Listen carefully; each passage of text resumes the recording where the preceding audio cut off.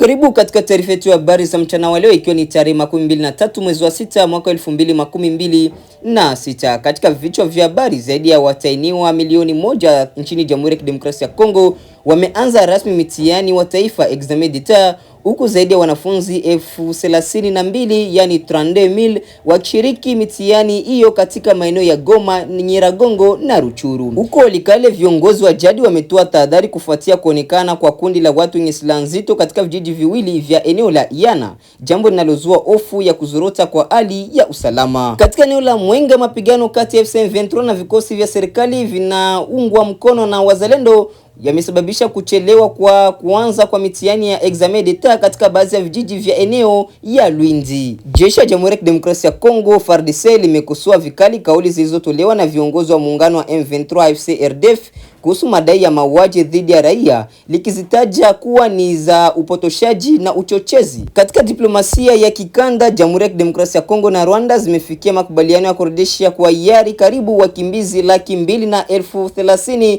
waliopo katika nchi hizo mbili. Na katika uwanja wa elimu, ushirikiano wa kijamii, mama wa kwanza au mama wa taifa wa Burundi anayejulikana kama Angelique Ndayishimiye ametembelea Fondation Lona mjini Kinshasa na kujionea miradi mbalimbali ya elimu, mafunzo ya ufundi ya uwezeshaji wa watu wenye mahitaji maalum. Hizo ndizo habari zetu kuu za mchana wa leo. Usiondoke nasi kwa maendeleo kamili ya taarifa za mchana wa leo. Jina langu ni Idi George. Karibu. Wasiwasi yaongezeka katika eneo la Iana wilayani Walikale mkoani Kivu Kaskazini baada ya kuripotiwa kuwepo kwa kundi la watu wenye silaha nzito ambao wameonekana katika vijiji viwili vya eneo hilo kwa takribani wiki moja sasa.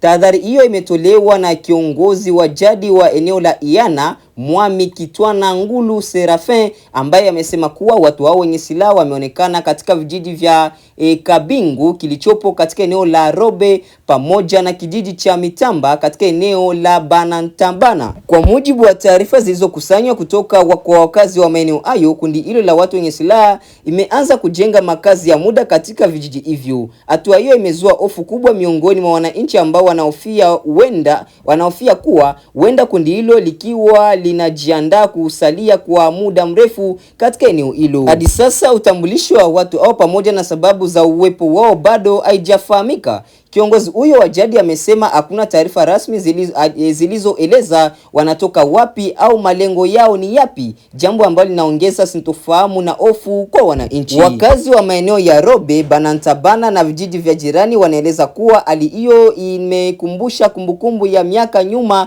ambako makundi mbalimbali yenye silaha yalikuwa yakifanya shughuli zake katika wilaya Walikale na kusababisha mauaji, uporaji, uhamishaji wa wananchi pamoja na kuzorota kwa shughuli za kijamii na kiuchumi. Kutokana na hali hiyo, Mwami Kitwana Ngulu Serafin ametoa wito kwa mamlaka za kiutawala, vyombo vya usalama pamoja na jeshi kufanya uchunguzi wa haraka ili kubaini utambulisho wa watu wao wenye silaha na kufahamu nia yao halisi. Amesisitiza kuwa hatua za mapema ni muhimu ili kuzuia hali ya usalama isiharibike zaidi na ili kulinda maisha pamoja na mali za wananchi wanaoishi katika eneo hilo. Tahadhari hii inakuja wakati ambako maeneo mengi ya Walikale bado yanakabiliwa na changamoto za kiusalama kutokana na uwepo wa makundi mbalimbali yenye silaha. Katika miezi ya hivi karibuni, sehemu kadhaa za wilaya hiyo zinaripoti mapigano kati ya makundi ya simu pamoja na uvamizi wa wapiganaji katika baadhi ya vijiji. Hali hiyo imeendelea kusababisha uhamishaji wa wananchi, kuongezeka kwa mahitaji ya kibinadamu na mvutano kati ya jamii mbalimbali.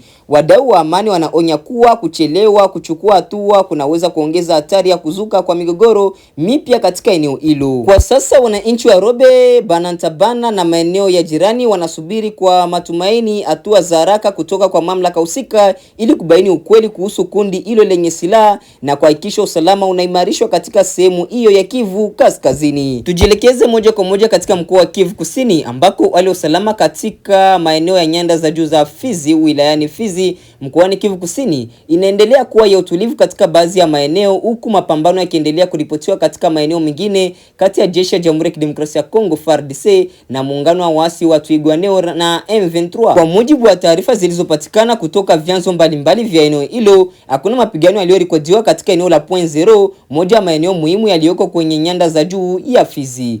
Hali ya usalama katika eneo hilo inaelezwa kuwa ya kawaida, huku wananchi wakiendelea na shughuli zao kwa tahadhari. Katika eneo la Mikengi, hali pia imeripotiwa kuwa shwari na chini ya udhibiti wa vikosi vya FARDC. Jeshi la serikali linaendelea kuimarisha uwepo wake katika eneo hilo ili kuzuia jaribio lolote la kuvuruga usalama. Hata hivyo, maendeleo mengine yameripotiwa katika eneo la Gakenge.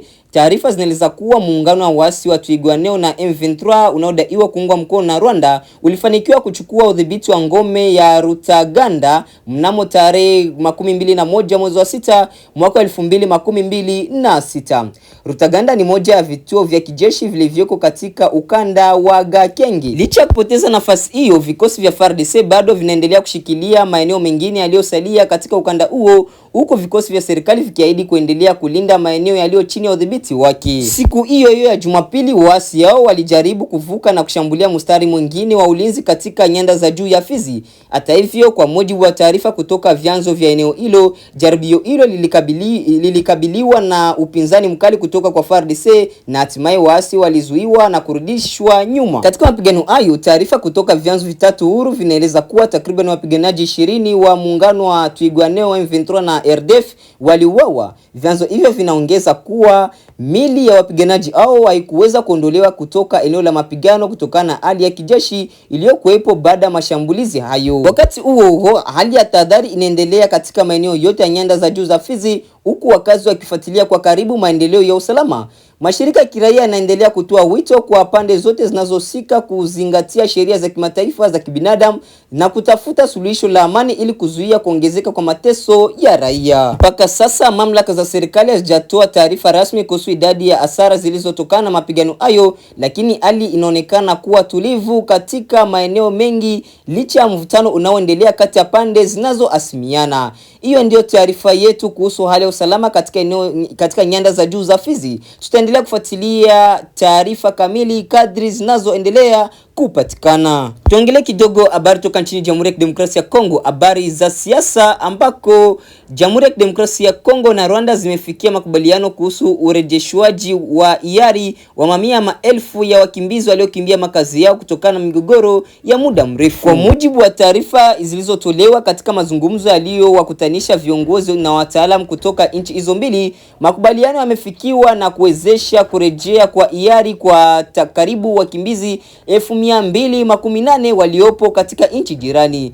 Hatua hiyo inalenga kutoa suluhisho la kudumu kwa maelfu ya familia ambazo zimeishi uhamishoni kwa miaka mingi kutokana na ukosefu wa usalama na mgogoro wa kivita. Wakimbizi wengi wanaotarajiwa kunufaika na mpango huo ni raia wa Kongo waliokimbilia Rwanda pamoja na raia wa Rwanda waliopo katika maeneo mbalimbali nchini Jamhuri ya Kidemokrasia ya Kongo. Pande zote mbili zimeahidi kushirikiana kwa karibu ili kuhakikisha kuwa mchakato huo unafanyika kwa hiari, kwa usalama na kwa heshima ya haki za kibinadamu. Wataalamu wa masuala ya kibinadamu wanaeleza kuwa kurejea kwa wakimbizi kunahitaji maandalizi makubwa, ikiwa ni pamoja na kuhakikisha usalama katika maeneo wanayoyarudi, upatikanaji wa huduma za msingi kama elimu, afya na makazi, pamoja na kuimarisha maridhiano kati ya jamii zinazohusika. Makubaliano hayo yanachukuliwa kama hatua muhimu katika kuimarisha mahusiano kati ya Rwanda na Jamhuri ya Kidemokrasia ya Kongo, nchi ambazo kwa miaka mingi zimekabiliwa na mvutano wa kisiasa na kiusalama unaohusishwa na makundi ya waasi na migogoro ya mipakani. Mashirika ya kimataifa yanayohusika na masuala ya wakimbizi yamekaribisha maendeleo hayo na kusisitiza umuhimu wa kuheshimiwa kwa kanuni za kimataifa zinazolinda wakimbizi wakati wa mchakato wa kurejea manyumbani. Iwapo makubaliano hayo yatatekelezwa kikamilifu, maelfu ya familia yatapata fursa ya kuanza maisha mapya katika maeneo yao ya asili na kuchangia juhudi za kujenga amani ya kudumu katika ukanda wa maziwa makuu. Tujilie habari za vita vinavyoendelea mashariki mwa Jamhuri ya Kidemokrasia ya Kongo, ambako jeshi la Jamhuri ya Kidemokrasia ya Kongo FARDC limelaani vikali matamshi yaliyotolewa na viongozi wa muungano wa M23 FCRDF wakati wa mkutano wao na waandishi wa habari uliofanyika tarehe 18 mwezi wa 6 mwaka 2026 ndani ya mji wa Goma mkoani Kivu Kaskazini. Katika taarifa iliyotolewa kupitia video iliyofikishwa kwa vyombo vya habari siku ya Jumanane, FARDC imeeleza kuwa madai yaliyotolewa na viongozi wa muungano huo kuhusu kile walichokiita mauaji dhidi ya jamii fulani inadaiwa kufanywa na jeshi la serikali ni uongo, ya uchochezi na yenye hatari kwa usalama wa wananchi na utulivu wa nchi. Kwa mujibu wa msemaji kaimu wa FARDC Luteni Kanali Mark Azukaye, kauli hizo ni sehemu ya kampeni ya muda mrefu ya propaganda na upotoshaji wa taarifa ambayo imekuwa ikiendeshwa na muungano huo dhidi ya taasisi za Jamhuri ya Kidemokrasia ya Kongo. Amesema kuwa lengo la taarifa hizo ni kujaribu kuathiri maoni ya wananchi, kuharibu taswira ya taasisi za serikali na kugeuza mwelekeo wa mjadala kuhusu wajibu wa muungano huo katika vita vinavyoendelea mashariki mwa Jamhuri ya Kidemokrasia ya Kongo. Jeshi la Jamhuri ya Kidemokrasia ya Kongo FARDC limeeleza kuwa tuhuma zilizotolewa dhidi ya jeshi la serikali hazina msingi wa kweli na zinakusudia kuchochea mgawanyiko miongoni mwa wananchi pamoja na kueneza hofu katika maeneo yanayokumbwa na migogoro. Hilo limekumbusha kuwa kwa muda mrefu limekuwa likifanya operesheni za kulinda raia na kuhifadhi mamlaka za taifa dhidi ya makundi yenye silaha yanayofanya shughuli katika maeneo mbalimbali ya mashariki mwa Jamhuri ya Kidemokrasia ya Kongo. Katika taarifa hiyo, FARDC pia imeshtumu M23 FC RDF kwa kuhusika katika vitendo vinavyokiuka sheria za kimataifa za kibinadamu. Jeshi la serikali limelaani kuwa baadhi ya madai yaliyotolewa na muungano huo unalenga kuficha lawama zinazo ukabili kuhusu matukio mbalimbali ya vita na athari zake kwa raia. Wakati huo mvutano unaendelea kati ya serikali ya Kinshasa na waasi wa M23 katika mkoa wa Kivu Kaskazini na Kivu Kusini, huku juhudi za kidiplomasia zikiendelea kutafuta suluhisho la kudumu kwa mzozo huo ambao umesababisha maelfu ya watu kuhama makazi yao. Wachambuzi wa masuala ya usalama wanaonya kuwa matumizi ya propaganda na taarifa zinazopingana kutoka kwa pande zinazohasimiana yanaweza kuongeza taharuki miongoni mwa wananchi. Hivyo wamezitaka pande zote kutoa taarifa zenye kuthibitishwa na kuepuka matamshi yanayoweza kuongeza chuki au mgawanyiko ya kijamii. Kwa sasa hali ya usalama katika baadhi ya maeneo ya mashariki mwa Jamhuri ya Kidemokrasia ya Kongo inaendelea kufuatiliwa kwa karibu, huku wananchi wakisubiri maendeleo ya juhudi za amani na mazungumzo yanayolenga kumaliza mzozo huu. Tubaki tu mashariki mwa Jamhuri ya Kidemokrasia ya Kongo ambako mitihani ya kitaifa ya kumaliza elimu ya sekondari inayojulikana kama examen d'etat imeanza kwa kuchelewa katika vijiji kadhaa vya eneo la Lwindi wilayani Mwenga katika mkoa wa Kivu Kusini kutokana na hali ya ukosefu wa usalama unaosababishwa na mapigano makali kati ya waasi wa M23 na makundi ya wazalendo wanaoshirikiana au wanaoungwa mkono na jeshi la serikali ya Jamhuri ya Kidemokrasia ya Kongo ambayo ni FARDC. Kwa mujibu wa taarifa kutoka kwa viongozi na mashirika ya kiraia katika eneo hilo, mapigano yalizuka kuanzia Jumapili jioni na kuendelea kwa saa kadhaa katika maeneo mbalimbali ya Mwenga. Hali hiyo imesababisha hofu kubwa miongoni mwa wananchi na kuathiri maandalizi ya wanafunzi waliokuwa wakitarajia kufanya mitihani yao ya kitaifa. Akizungumza na vyombo vya habari, rais wa mashirika ya kiraia wa Mwenga Samuel Itebo amesema kuwa mapigano makali yamerekodiwa katika eneo la Kashaka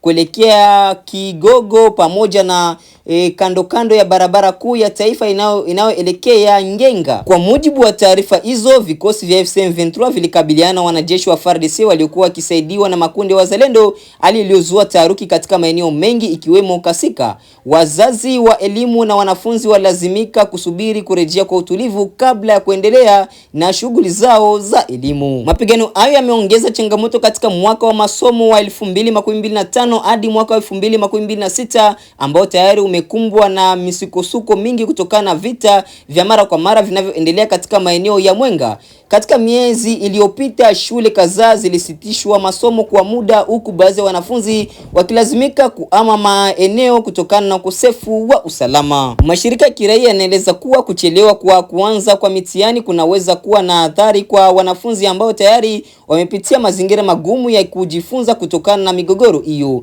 Hata hivyo, juhudi zinaendelea kuhakikisha kuwa watahiniwa wote wanapata fursa ya kufanya mitihani yao katika mazingira salama. Viongozi wa jamii kijamii wamezitaka pande zote zinazohusika katika mzozo huo kuheshimu makubaliano ya kusitisha mapigano hasa katika kipindi hiki muhimu cha mitihani ya taifa. Wamesema elimu inapaswa kulindwa dhidi ya athari za vita ili kuokoa mustakabali wa watoto na vijana wa eneo hilo. Wilaya ya Mwenga na Shabunda ni sehemu ya mkoa wa elimu wa Sud Kivu ya tatu, yani Kivu Kusini ya tatu, yani Sud Kivu 3. Hata hivyo hali ya usalama inaendelea kuwa changamoto kubwa kutokana na ukweli kwamba sehemu moja ya Mwenga inadhibitiwa na FARDC pamoja na wazalendo na sehemu nyingine ikiwa chini ya ushawishi wa M23.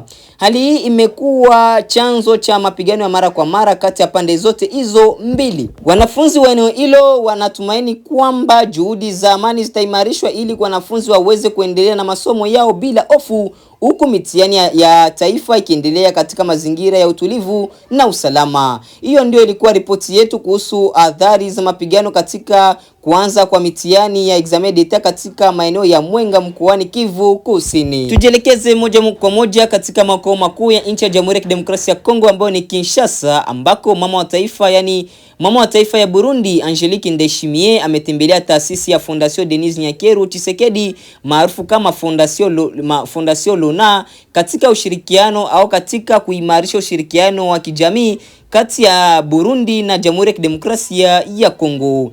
Mama wa taifa alikuwa mjini Kinshasa akifuatana na ziara ya rasmi ya Rais wa Burundi Evariste Ndayishimiye. Katika ratiba yake alipata fursa ya kutembelea Fondation Lona chini ya uangalizi wa mama wa kwanza wa Jamhuri ya Kidemokrasia ya Kongo ambaye anajulikana kama Denis Nyakeru Tshisekedi. Wakati wa ziara hiyo ilifanyika Jumatatu tarehe 22 mwezi wa 6 mwaka 2026, Angelique Ndayishimiye alitembelea idara mbalimbali za taasisi hiyo na kujionea kwa karibu namna inavyofanya kazi. Pia alipata maelezo kuhusu programu mbalimbali zinazolenga kuboresha elimu, mafunzo ya kitaaluma pamoja na kuwawezesha watu walio katika mazingira magumu kujitegemea kiuchumi. Kwa mujibu wa waandaji wa ziara hiyo, mama wa kwanza wa Burundi au mama wa taifa wa Burundi alivutiwa na mafanikio yaliyopatikana kupitia miradi ya Fondation Lona hasa katika kuhusiana vijana, wanawake na watu wenye mahitaji maalum kupata elimu ya ujuzi na kujikimu kimaisha. Ziara hiyo pia imeambatana na hafla ya utoaji wa vyeti vya mafunzo na vifaa vya kazi kwa watu wanaoishi na ulemavu. Wanufaika au walikuwa wamehitimu mafunzo ya ufundi yaliyodumu kwa karibu miezi mitatu katika taasisi ya kitaifa na maandalizi ya kitaaluma INPP kwa msaada wa Fondation Lona. Kupitia mpango huo, washiriki walipatiwa stadi mbalimbali za kazi pamoja na vifaa vitakavyowawezesha kuanzisha shughuli zao za kujitegemea na kuboresha maisha yao. Hatua hiyo imepongezwa na wadau wengi wa maendeleo ya kijamii kwa kuwa inachangia kupunguza utegemezi na kuongeza ushiriki wa watu wenye ulemavu katika shughuli za kiuchumi. Na ni hapo ndipo tunapohitimisha matangazo yetu ya habari za siku ya leo, ikiwa ni tarehe 23 mwezi wa 6 mwaka 2026. Mpendwa msikilizaji na mtazamaji, acha tuende kutosha shukrani zetu za dhati kwa wote wanaoendelea kuchagua Kongo Post News kama kituo chao chema na bora cha matangazo. Ni ana mazungumzo yetu ya kila siku, ni hakikisha tunaletea habari sahihi tena za kuaminika, vile kwa muda muafaka. Basi tukutane katika taarifa zetu za habari za kesho asubuhi saa 12 ya asubuhi na dakika 45. Asante.